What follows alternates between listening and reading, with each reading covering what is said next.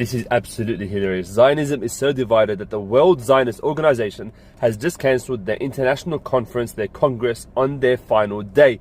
This is the best news story that I've heard all week, and it just shows you how divided the Zionists really are. So if you don't know, the World Zionist Congress was founded by Theodor Herzl, the father of Zionism, back in the 1800s, and they meet every 4 to 5 years, international leaders of all the Zionist and Jewish organizations meeting to decide the future pathways and policies of Zionism. And they just had their congress a few days ago in occupied Jerusalem, and it was absolute chaos. So there are a lot of things that they talked about and they voted on. We won't talk about all of it, but there are a few things that we have to know about. They voted against building settlements in Gaza. A proposal was put forward by one of the left-wing parties, and they said we shouldn't use the funds to build settlements in Gaza. Obviously, they're feeling the heat, and they know that this is too controversial a move and will spell the end of the occupying state. So they put it to a vote. 242 voted for building settlements in Gaza. 300 voted against, right? So the motion passed. They voted against building settlements in Gaza.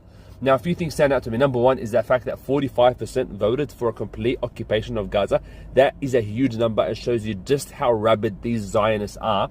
But number two, it shows you how divided they are. The fact that they struggle to agree on this 50-50 divide almost on something that is such a huge decision for Zionism moving forward. So this obviously was very controversial. Then there was a motion put forward by the left wing or the more liberal parties about sort of including LGBT rights and so on. And then there was a huge argument about whether LGBT rights has anything to do with Zionism at all. And so there was this huge uproar. Check this out.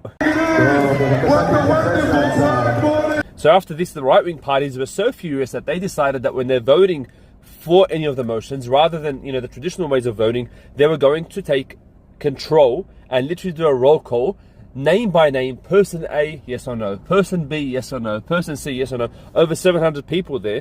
And they did this deliberately so that they could drag on the process and obstruct the Congress, and everybody recognized that this was just a move to try to just obstruct the entire thing. But then this is where things got juicy. Yair Lapid, the opposition leader, the leader of the biggest party outside of Netanyahu's, uploaded a recorded message, or played a recorded message, calling the World Zionist Organization and the Jewish National Fund, which is the largest international Zionist fund, he called them corrupt organizations. He talked about the plans that were made on the day to appoint Yair Netanyahu, the son of Benjamin Netanyahu, to one of the top posts within the World Zionist Organization. So he called them out for being corrupt, and then he said that he is withdrawing his party from the World Zionist Organization. But the circus doesn't stop there.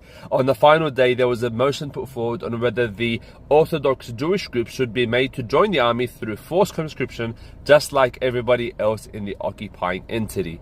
And